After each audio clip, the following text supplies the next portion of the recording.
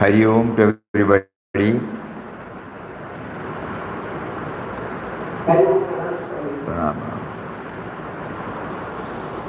Yesterday we were trying to go through the refinement process through Bhagavad Gita. How do we refine our mind? Purpose of chanting God's name is to remember Him, which we have been doing it for decades now, but we find the desired result is still a concept, not a reality. So how do we fine-tune our process? Then Papa makes us to understand that unless we try to bring in the attributes, meaning what? Attributes here means not repeating certain words given by masters. Attributes that touch and kindle the reality in us. That means it should be related to our daily life. If it is not related to our daily life, it becomes an academic exercise. Nice to hear, nice to talk, but nothing goes inside. So then Bhagavad Gita offers us an opportunity to refine our mind, wherein we try to bring in the reality that He is behind every thought, every word, every deed. So first we were prompted to select one shloka from one chapter and then try to understand it through an example drawn from daily life and Mother Nature, so that it doesn't become an intellectual exercise. We made a beginning and we read it out yesterday. Today, before that, we were preparing. How does the Bhagavad Gita help us in this? So, a small booklet has been prepared. We will read it now so that it will serve as a proofreader and also try to understand from each chapter something that connects us with the reality, with the refining process. The Bhagavad Gita is a treasure trove of self-knowledge, offering timeless wisdom to enrich life. Yet, despite its revered status, its direct influence on daily living often remains minimal. This may be because its teachings are perceived as separate from refining the four pillars of life: individual, family, profession and society. When I lead a life of an individual or a family life or a professional life or a social life, how does Gita help me? No? I have not been able to link or connect it. That is why I revere it. I keep it in a text. I place it in my shelf. Whenever somebody makes a mention, reverence wells up in my mind. Beyond that, no. While many have interpreted the Gita through various lenses, this approach views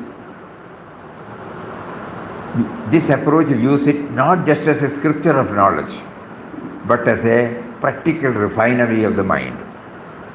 When applied, its teachings act as a purification process, filtering out impurities in our thoughts, words and deeds.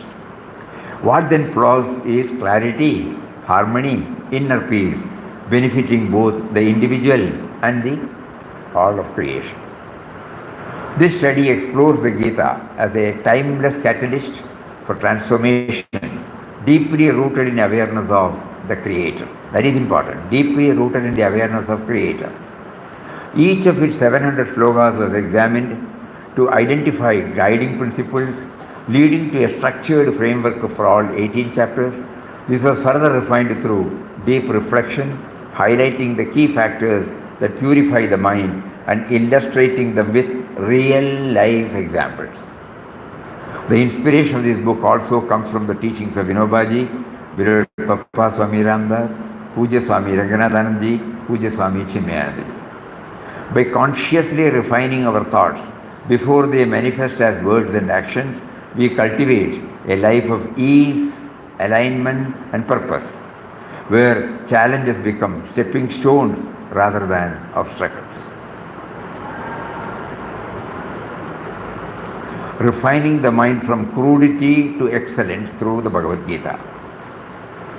Beloved Papa Swami Ramdas of Anandashram beautifully describes the Bhagavad Gita as a veritable mosaic of eternal wisdom. This sacred scripture provides insights into every aspect of human life, addressing both spiritual and physical dimensions with profound clarity. Its timeless relevance lives in the fact that it leaves no question unanswered about how to navigate life's challenges and opportunities. For those seeking the ultimate truths of philosophy and practical light for everyday living, Gita is an unparalleled guide. The core message of this remarkable work is to cultivate self-awareness, establish a meaningful connection with the indwelling divine power, and align harmoniously with our role with our co-creation. These three things should be very clear to all. Self-awareness, a meaningful connection with the indwelling divine power, and align harmoniously with the rest of the creation.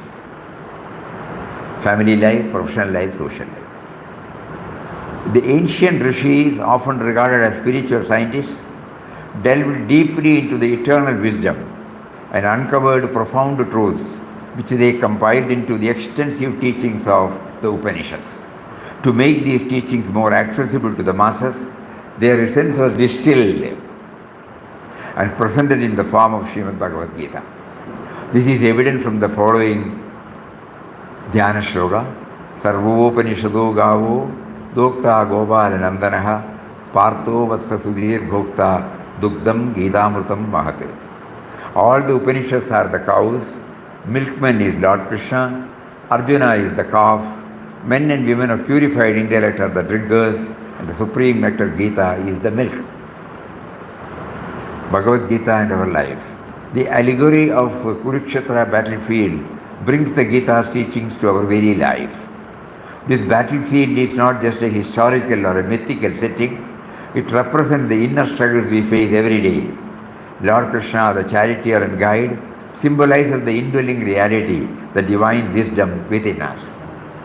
Arjuna, the warrior, filled with doubt and confusion, represents our sense of individuality, often torn between conflicting emotions and responsibilities.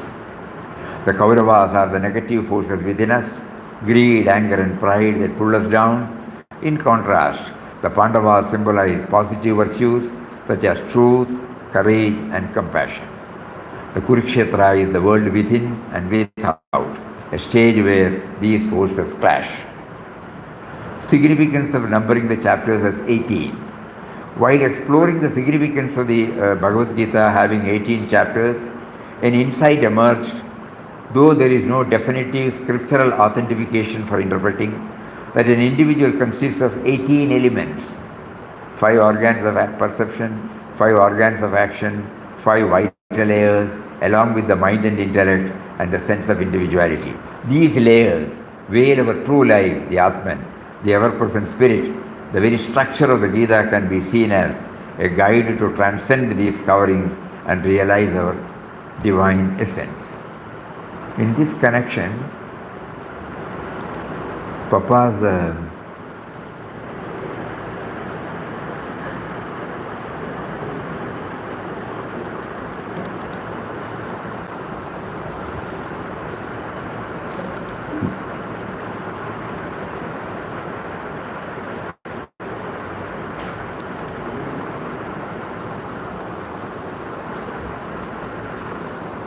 when you open the small book, that speaks Ramdas. First aim of life, you will find. Human life is a rare acquisition. Its purpose is to know the Atman, by knowing which you have nothing more to know. little bigger, they are not able to read. You say it's very small. It's not very small. We just control A and do this. No. That won't work in this case. Just minimize, control, low, down. Bus. Okay. Mouse, I'll take Swamiji.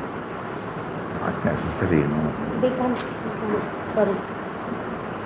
The chain is broken. Oh.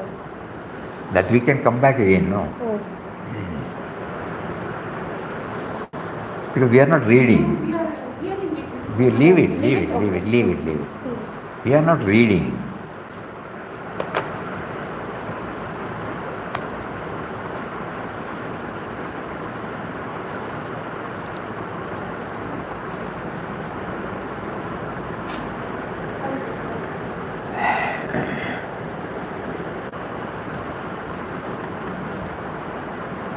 Human life is a rare acquisition. Its purpose is to know the Atman, by knowing which you have nothing more to know. Everyone must realize, this is very important, no? All of us must have been going through this book for the past 40 years, 50 years, 60 years. The first, when you open, this is the first one. Everyone must realize that the divine is within him. God is within your heart. You are his embodiment. You are he, but you do not know that. There is a veil of ignorance separating you from God. Remove the veil. First God, everything else comes next. So that's what we were reading now. Removing the veil, curtain.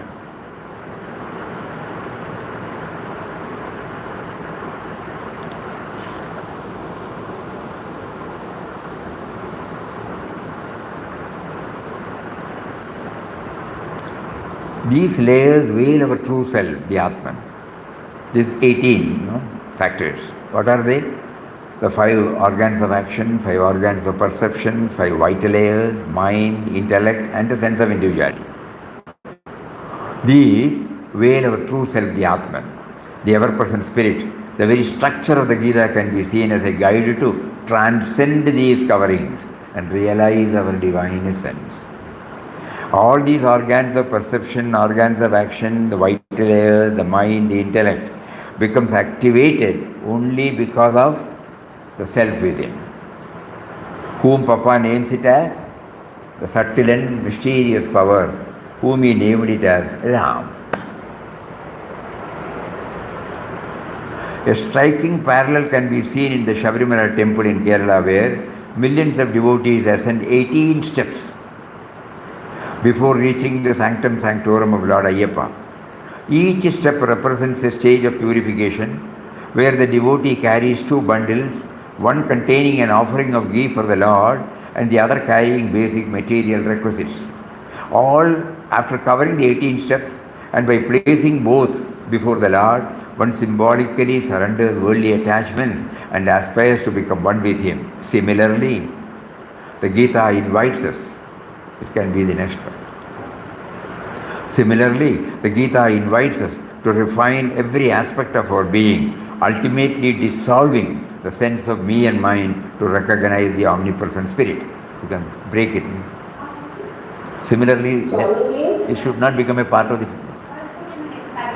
next part. Yes? At the top of the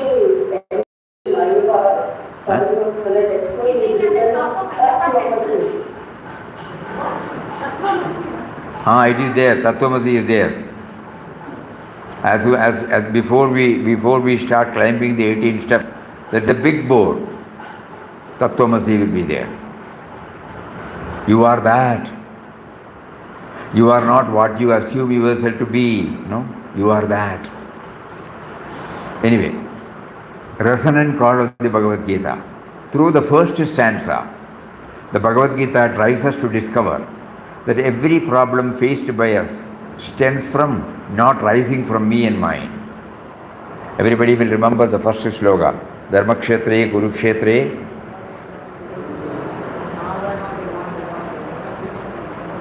That means Sanjaya says, Dhritarashtra asked Sanjaya, what my sons and Pandu's sons.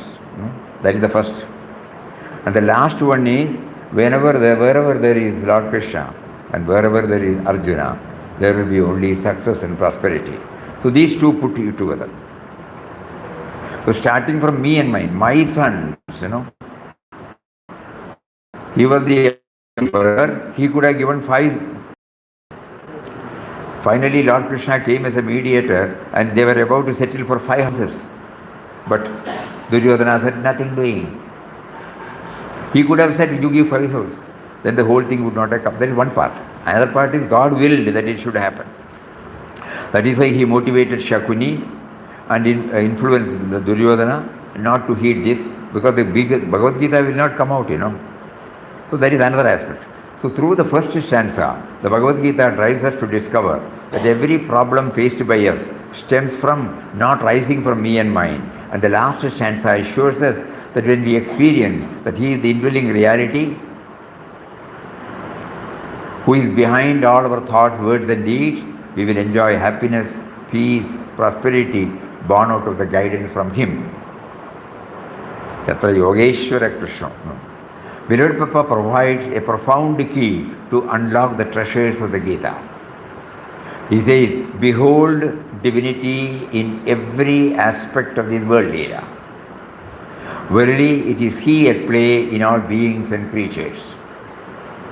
In other words, the Bhagavad Gita is directing us to move from self-assertion, born out of the sense of individuality, to surrender to the power, activating the sense of individuality.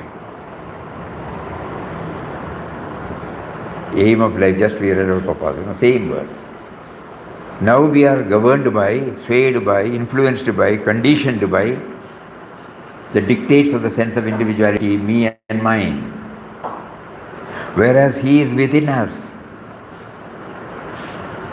It is He who makes us to do everything.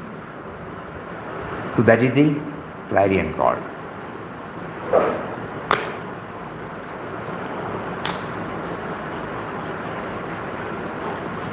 Key insights into the inner alchemy. Now we go from chapter to chapter, okay? Arjuna Vishada Yoga, battlefield of the mind. The first one is the textual, the second one is the real life.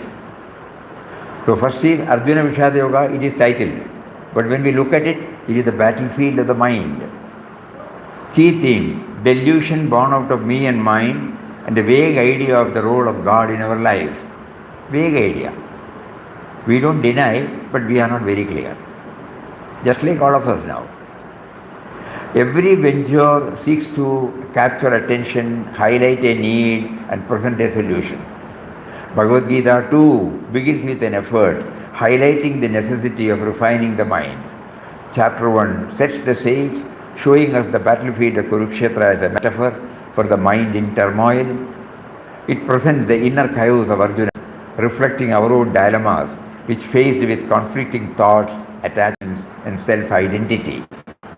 This chapter is a powerful call to recognize the need for inner refinement. Key concepts explained. The battlefield of the mind. Just as Kurukshetra is filled with opposing forces, our mind is crowded with desires, fears, and doubts. The battle is not external but internal, a struggle between our higher wisdom and conditioned tendencies. Arjuna's confusion, the unrefined mind. Arjuna, though a mighty warrior, becomes paralyzed by doubt and sorrow when faced with personal attachments.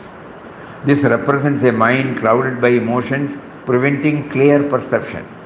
When the mind is unrefined, even great strengths become weaknesses.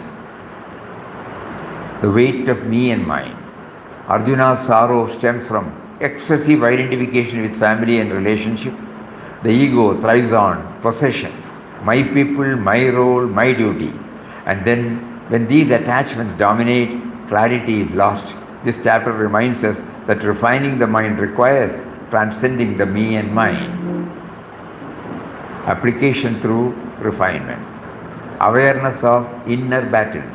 Recognizing our daily struggles, indecisions, fear of failure, attachment to outcome is the first step in refining the mind. Pausing before reacting. Like Arjuna, we often face situations where emotions take over.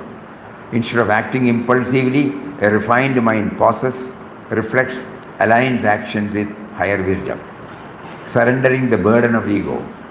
The turmoil in this chapter is caused by excessive self-importance.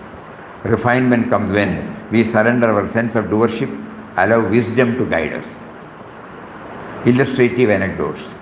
The clouded mirror. Imagine a mirror covered in dust. It cannot reflect clearly. Arjuna's mind is like the mirror, clouded by attachments. Only through refinement, wiping away ego and desire, can the true reflection of wisdom shine forth. A sculptor sees a beautiful form within a block of stone, but the rough edges must be chiseled away.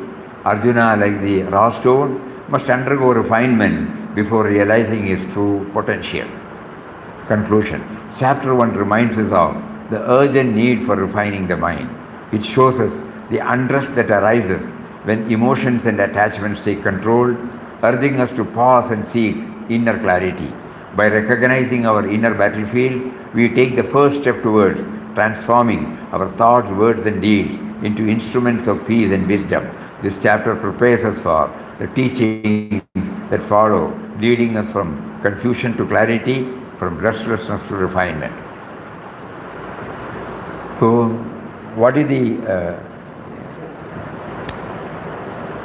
what do you call it? It's a key message, Evaluate first before plunging into action. Evaluate first before plunging into action. Yesterday we had gone through that. Second is Sankhya Yoga, refinement of perspective. Key theme, shifting from emotional turbulence to clarity through refined understanding. If chapter 1 highlights the problem, the unrefined mind clouded by attachment, chapter 2 presents the first step toward the solution.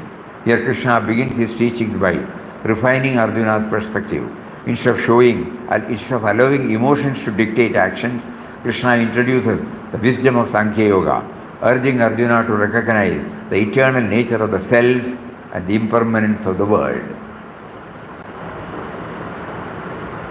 This chapter acts as a wake-up call, shaking us out of emotional paralysis and redirecting us towards self-reflection and inner strength.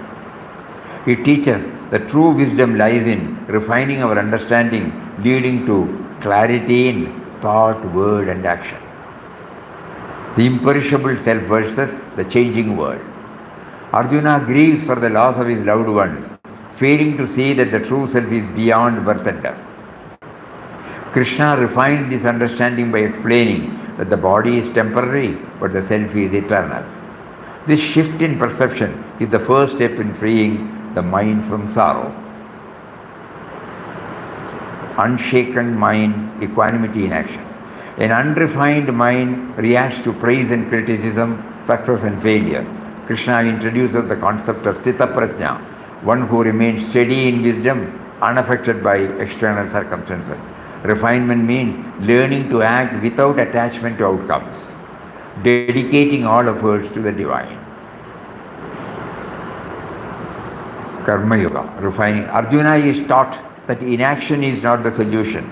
Rather, action performed with detachment leads to liberation. By refining our motives, acting selflessly instead of seeking rewards, we transform ordinary tasks into spiritual offerings. Instead of reacting impulsively to a situation, a refined mind pauses, reflects, acts with wisdom. Practicing equanimity. Learning to accept both joy and sorrow without being disturbed, recognizing that both are fleeting. Dedicating every action to the divine. Viewing work as an offering to God rather than a means for personal gain fosters inner peace and fulfillment.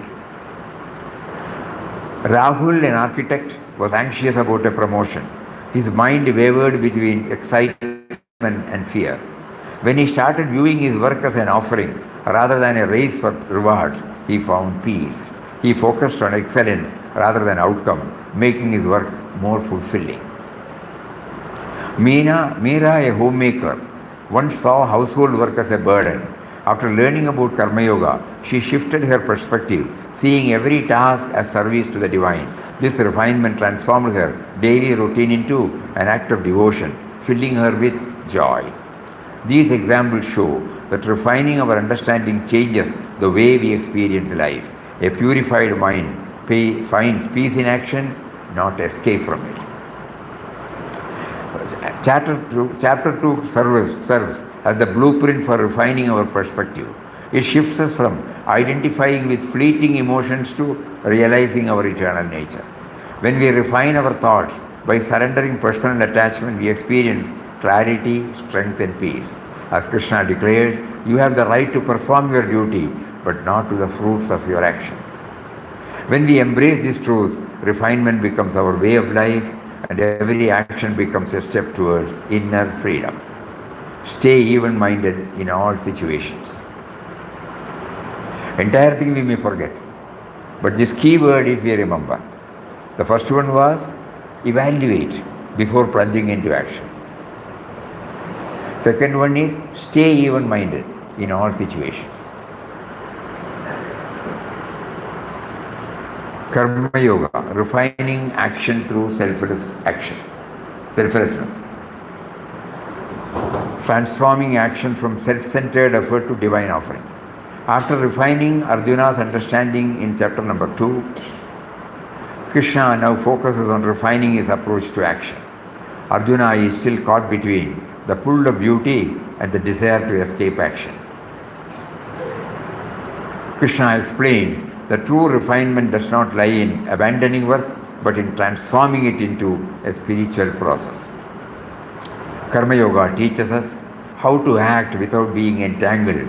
Instead of performing actions for personal gain, we refine our work by offering it to the divine. When action is purified of ego and attachment, it becomes a means of liberation rather than bondage. Action is inevitable. Choice is in refinement. No one can remain inactive. Even avoiding action is a choice. Instead of resisting action, refine it. Refining it by aligning it with the higher purpose brings peace and fulfillment. The trap of inaction. Why renouncing work is not the solution. Arjuna initially believes renouncing the battlefield will bring peace. Krishna clarifies that suppression of action does not free the mind. It only leads to inner conflict. Refinement lies in detached action, not escape from responsibility. Yajna spirit, the refining fire of selfless service. Every action should be performed as an offering, a yajna, without selfish motives. Just as fire refines gold, selfless action purifies the mind, removing the dross of ego and desires. Actions performed with this attitude lead to harmony and inner freedom. Application through refinement. Acting without expectation. Performing duty sincerely while surrendering the results to the divine removes stress and attachment. Seeing work as worship. Every task, whether mundane or significant, becomes a means of self-purification when done with devotion. Serving for the greater good. Understanding that our actions contribute to a larger harmony shifts the focus from personal gain to collective well-being. Rajesh, a banker, used to see his job as a means for personal success. After learning about Karma Yoga, he began to view his work as a service to society. This shift in perspective removed his stress, made him more dedicated, bringing him both inner peace and professional excellence. Here we remember one incident witnessed by us 30-40 years back. There was a bank manager in Wayanad, Calcutta.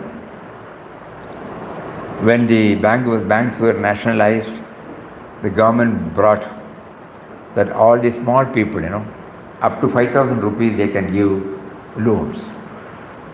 Suppose a vendor, ironing vendor or a a vegetable vendor or anybody like that. So one person who is physically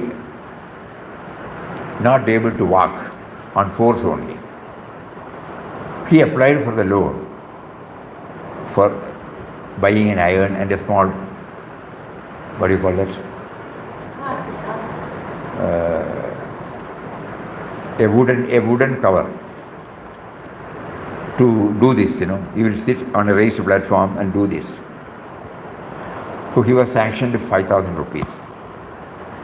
The government also decided that such of these most deserving class, when they approach for loan, the manager should refer to the block development officer, who will go and certify and give a certificate, so that 33, that is 1/3 of the loan amount will be given as subsidy by the central government.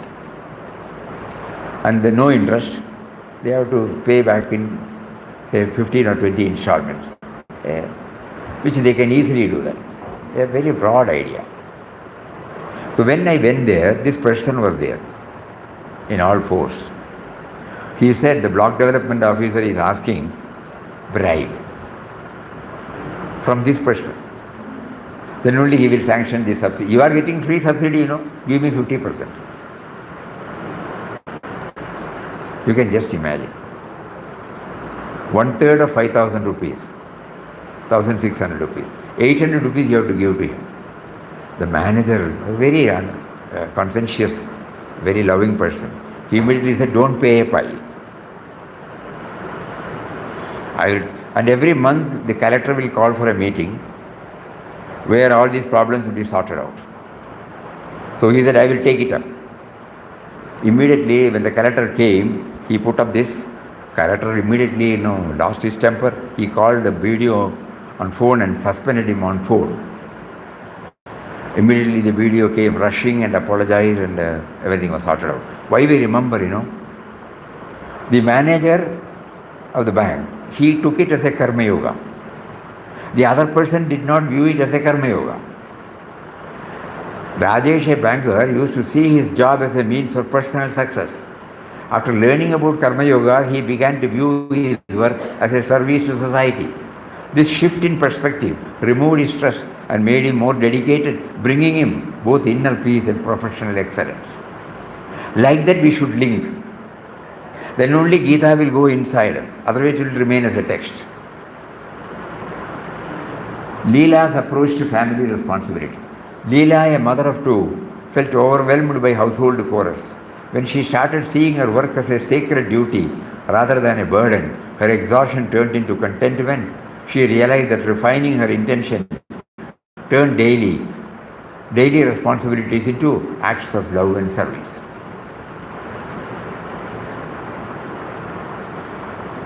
Here also we were going to, what is the place near Pune? Parijnanashram Swamiji Samadhi, no? Karla. We were taken to Karla. Then after the darshan of Karla Samadhi, we were taken to an NGO who, what he does? He is running an orphanage, a unique orphanage. When we went there, we did not see any dormitory. There were 10 houses. Each house will have a couple of mothers, two or three mothers, who are abandoned people due to various reasons. So this person gives home for them. And it is not merely a home for them, a destitute home. They will be given 10 children. There is no common kitchen. These children, they address them as Maji, Mausi and whatnot. And then they will give them bath. These mothers will give them bath, make their dress ready, cooks, puts it in the tiffin carrier and sends as everybody from their own home. They will go to school and come back. A sight to be seen. Nobody feels, they are orphans, nor the other mothers feel they are destitute. That's what we remembered this. When she started seeing her work as a sacred duty rather than a burden, her exhaustion turned into contentment. She realized that refining her intention turned daily responsibilities into acts of love and service. I think we can replace that, no? You can make a note. A shift in perspective. Life's turbulence shattered the illusion of smooth sailing of sadhana, awakening her to its fleeting nature. This shift steered her towards spiritual pursuits. Once while waiting for a delayed CEO, she remained unperturbed, an attitude unthinkable in her earlier years when impatience and complaints would have ruled. Now she simply chanted the divine name, fully aware that life's true purpose was inner awakening, not indulging the mind in thoughts about external inconveniences. These examples highlight that refinement in action comes not by changing what we do, but by transforming how we do it. Chapter number 3 teaches that refinement is not in avoiding action, but in purifying it. When we detach from the ego and dedicate our work to the divine, actions become free from anxiety, lead to liberation. By refining our approach to work, every action becomes a step towards freedom, making life a joyful offering rather than a struggle for personal gain. Remain unaffected by attraction and aversion in sense objects.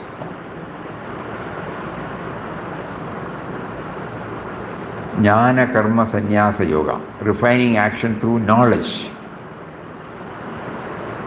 Understanding the deeper wisdom behind action purifies both thought and deed. In chapter number 3, Krishna emphasized selfless action. Now he introduces the element of wisdom, explaining that refined action is rooted in knowledge. When actions arise from true understanding, they become instruments of liberation rather than bondage. True knowledge reveals the eternal connection between action and divinity. By knowing the higher purpose behind work, one moves beyond attachment and acts with clarity. Key concepts. Divine knowledge transcends time. Krishna reveals that he has taught his wisdom before, guiding humanity across ages. This highlights that refinement is not a new process, but an eternal path of inner transformation. Understanding the nature of divine action. Krishna, though appearing to act, remains untouched by karma. This teaches us that refined action comes from acting without personal desire, fulfilling duty without seeking personal gain. Sacrifice of ignorance, fire of knowledge. Just as fire burns impurities, knowledge burns ignorance, refining action into devotion. The highest yajna, sacrifice, is the offering of ignorance into the fire of wisdom. Application through refinement, acting with awareness. Understanding the higher purpose behind actions prevents attachment and ego-driven motives. Performing duties joyfully, seeing work as divine play, knowing that they are guided by a higher wisdom. Surrendering ignorance, constantly refining the mind by seeking true knowledge and discarding false perceptions. Here we remember one of the devotee's son is a cardiologist who does lot of, bypass surgery. We happen to meet him. Every day he has to do this. So he says, before I enter into the operation theatre, I will close my eyes and bring before the Lord and pray to Him. You have prompted me to take up this profession. You are bringing yourself in the form of a patient. You are making me to handle it. See to it that it benefits them. With that he said, I will enter into the OT. So the responsibility is on him because I forget myself. And every surgery was a success. Ajay, a businessman, initially sought only profits. Upon learning about Jnana Yoga, he realized that integrity and selfless in work being deeper fulfillment. This refined perspective transformed his business into a service to society.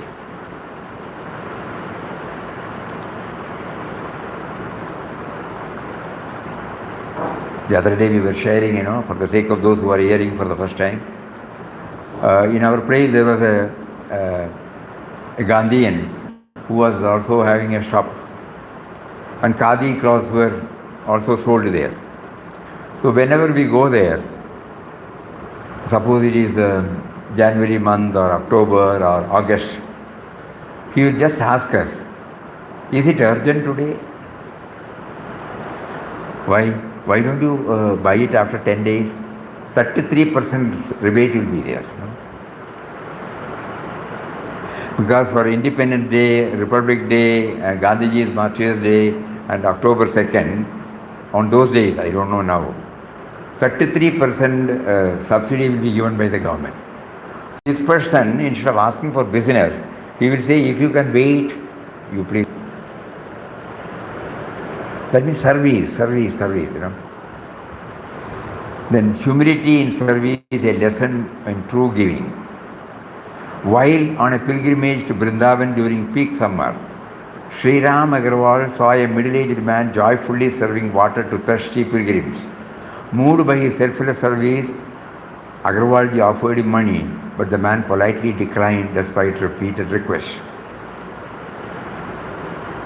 We all had witnessed this when we were traveling to north during April, May, extreme hot. In every station there will be a big matka, and people will be there serving cold water, matka water. They will come to our compartment give. They don't ask for any money, but people will put some money in the matka, some coins. I'm talking about late 60s, 70s, beginning of 70s. That evening at a hotel, Agarwalji was stunned to see the same man sitting at the cash counter. He was the owner. Overwhelmed by the depth of his humility and egoless service, Agarwalji immediately prostrated before him, seeking forgiveness for having tried to offer money to one who served only out of love. He himself came and explained this, Agarwalji. Neeta's approach to learning. Neeta, a student, was obsessed with excelling in classes. Once when she ranked the second in class, she shed buckets of tears. Over a time, when she understood that knowledge itself is sacred, her focus shifted to true learning rather than external validation received through ranking first. This refined her attitude and brought her peace and excellence. One devotee's boy who was studying in Navodaya, now he is in Ireland, working in Amazon, here in near Kanyagar. When is periodical, what do you call that term? Test, okay. Quarterly test or exam. The answer paper was given.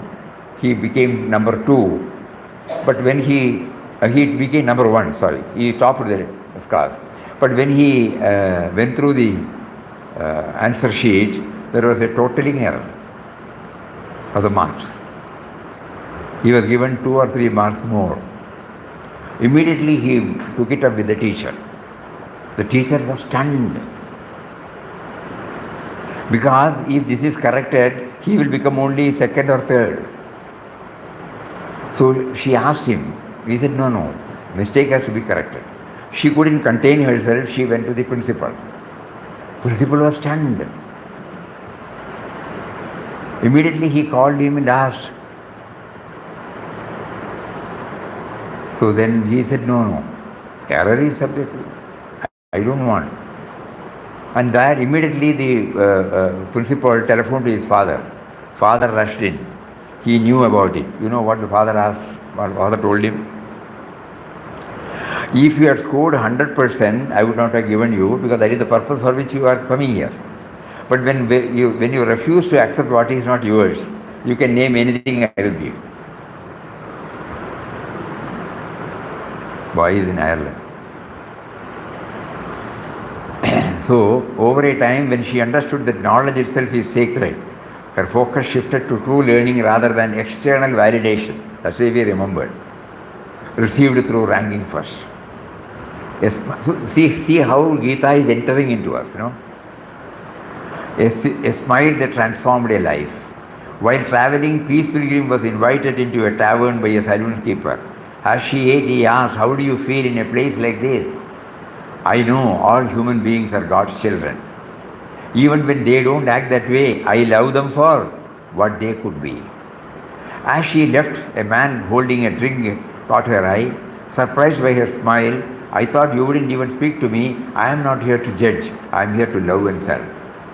Overcome, the man looked at his drink in disgust and said, "Everyone judged me, so I defended myself.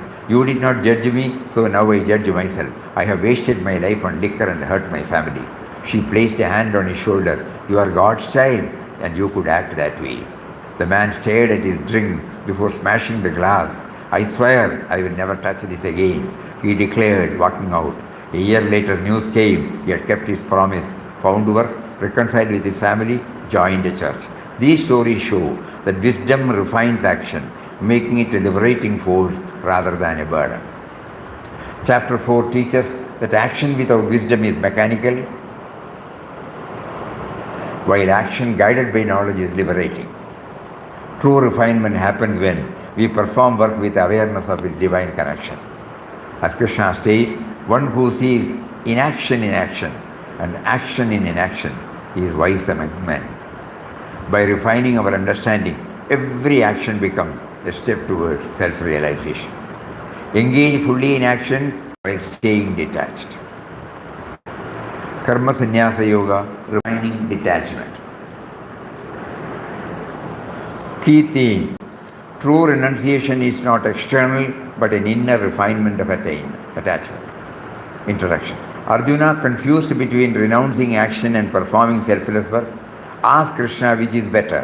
Krishna clarifies that renunciation is not about abandoning work but about refining the inner attachment to results. This chapter refines the concept of detachment, showing that the truly liberated person acts without being bound by action.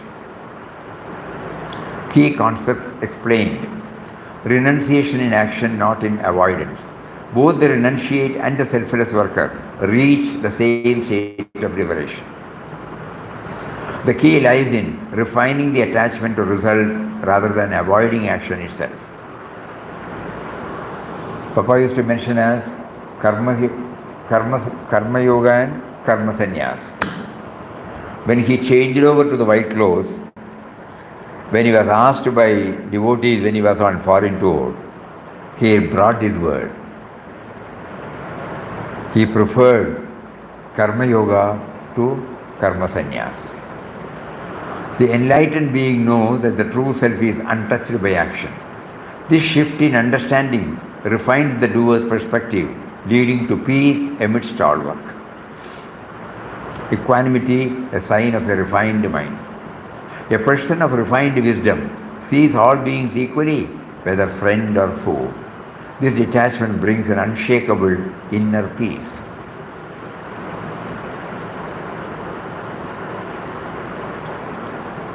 One devotee came on those days, I'm talking about 25-30 years back.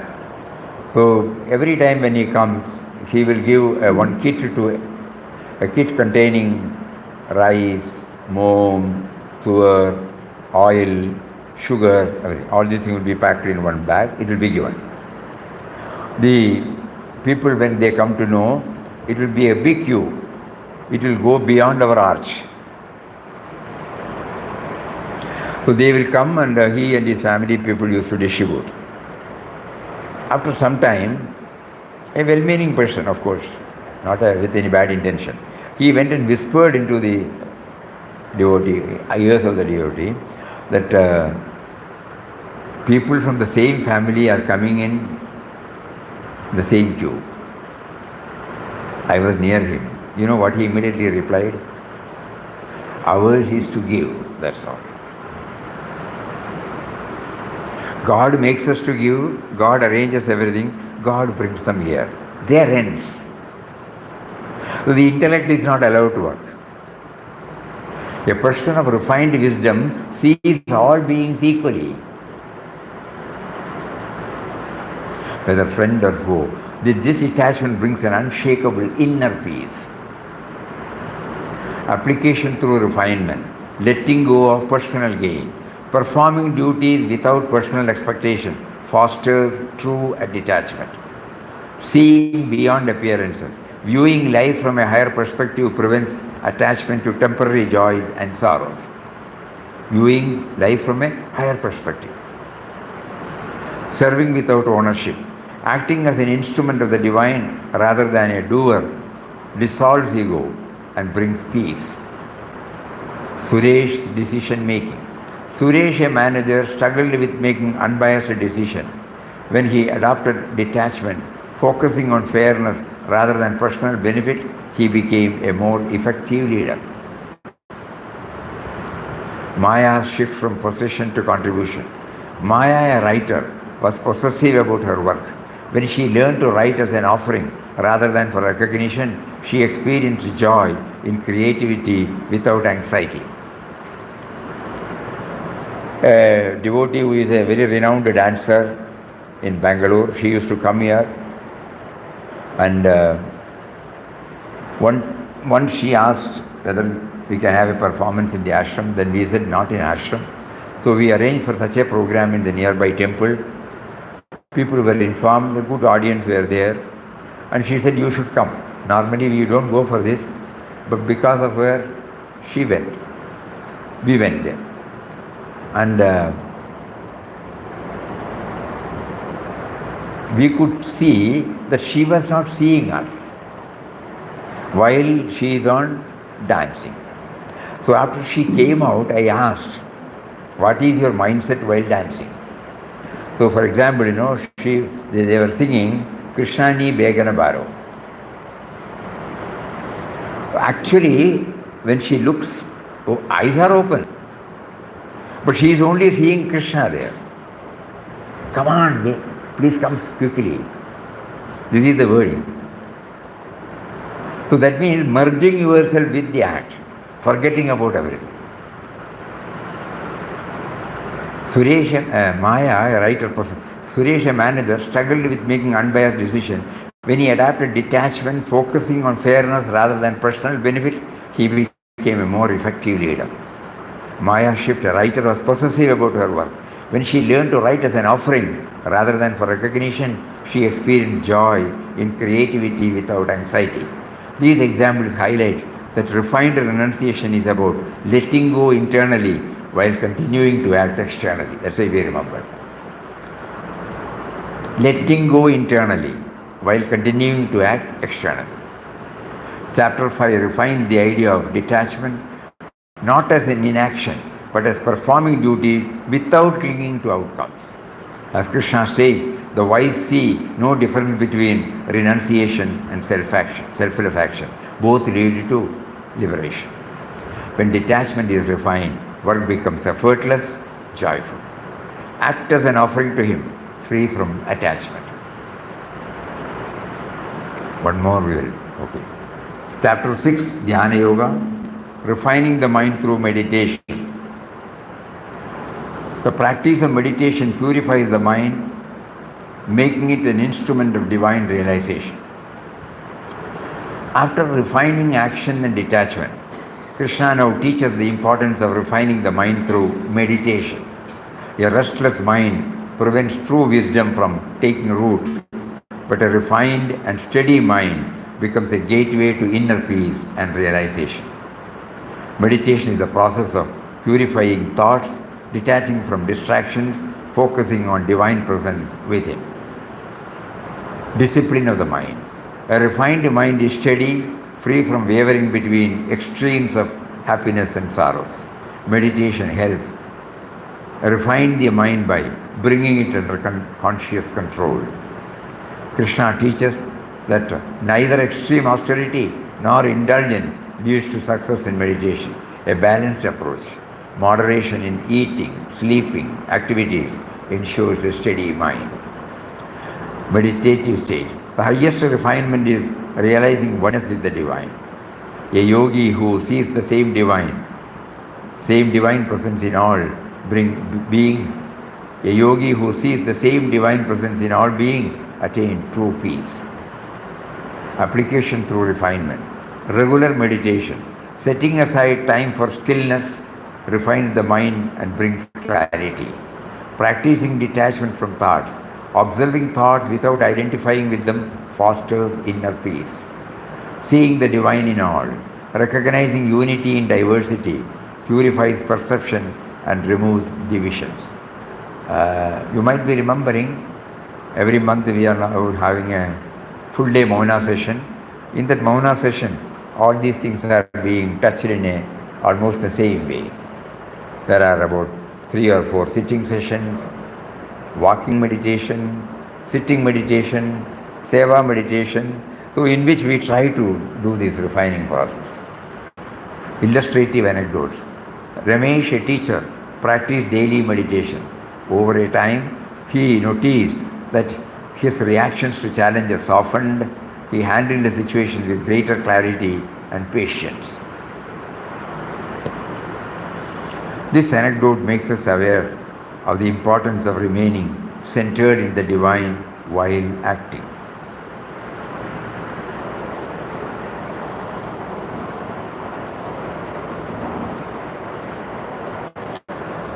We'll share some anecdotes tomorrow. Chapter 6 shows how to balance life by disciplining the mind and attaining the meditative state. A very great a senior manager of a very big company, sales manager. He gets up at 5 o'clock in the morning after answering calls of nature and brushing the teeth. He goes for a walk, comes back, he goes to his puja room, cleans everything by himself. Yesterday's offering, everything will be there. And with pure water, he gives a bath, arranges everything, and does his offering to the Lord. And by 7 o'clock, he has his breakfast. 7:15, he goes. For anything and everything, there is a system in him. One coffee means one coffee. There won't be any other. Systematic. And he was controlling in 4 branches in India and various. He was the senior. He is the sales manager. National and international. And very pleasing manners, not asserting, loved by customers, loved by subordinates, loved by bosses. So what is the secret? Every day morning religiously he may not, his meditation is offering his worship to the Lord. Systematic. He will not ask anyone to do it. Everything by himself. That means meticulous. Right from the start up to the finish, he does it by himself. Cleans the puja room, closes the puja room, goes away. That's all. Everything by himself. We used to revere him because we thought, he goes to all temples. Not a word wounding others will come out of his mouth. And because of him, must be more than 1,000 people must have got job. Wherever there is any trouble, if it is within his limit, he will silently go and do. Nobody will know. A very noble job. But now we understand, it's all because of his system dedicated to Lord. Not merely, military also has got systems, It is not like that. Every day morning when he does religiously, he associates himself. You have given me a human birth. You have provided the field. You are providing the wherewithal. You are providing everything. You make me to remember you. That's all. And then he does it.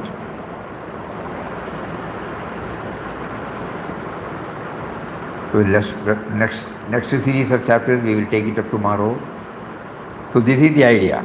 not going through chapters, We are trying to somehow get into Gita or facilitating Gita to step into us through the refining process. Each chapter, now we have seen that, each chapter touches and kindles these aspects in us.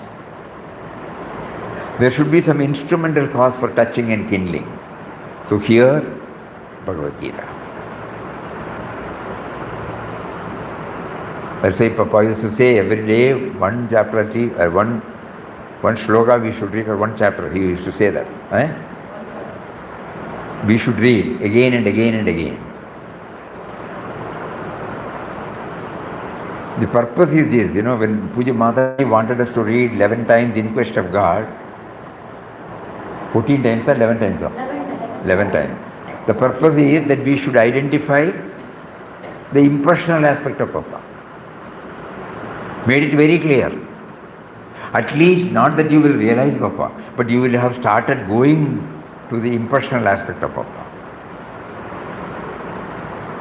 So that is, similarly, it is the impersonal aspect. Refinement means an impersonal aspect of God. To feel His presence, the me and mine should become subservient to the higher power. So all these 6 chapters we found through anecdotes. Probably the other thing may be little philosophical. We can even reduce. But through the anecdote, we can try to convey. All anecdotes are very, very valid. It touches and kindles. Let us see now. Om Shri Ram, Jai Ram, Jai Jai Ram. Om Shri Ram, Jai Ram, Jai Jai Ram.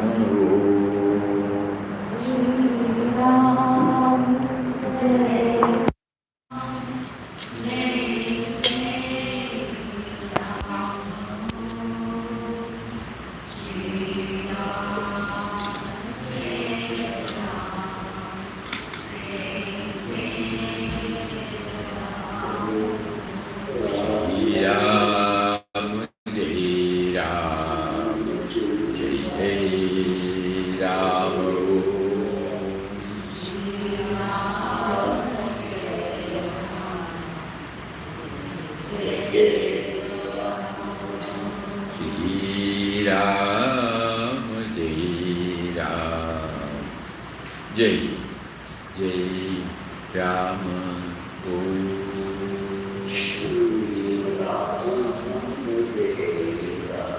Shri Ram Jai Ram Jai Ram.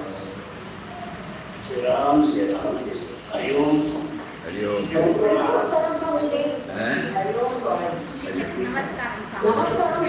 Namaskar. Namaskar. Namaskar.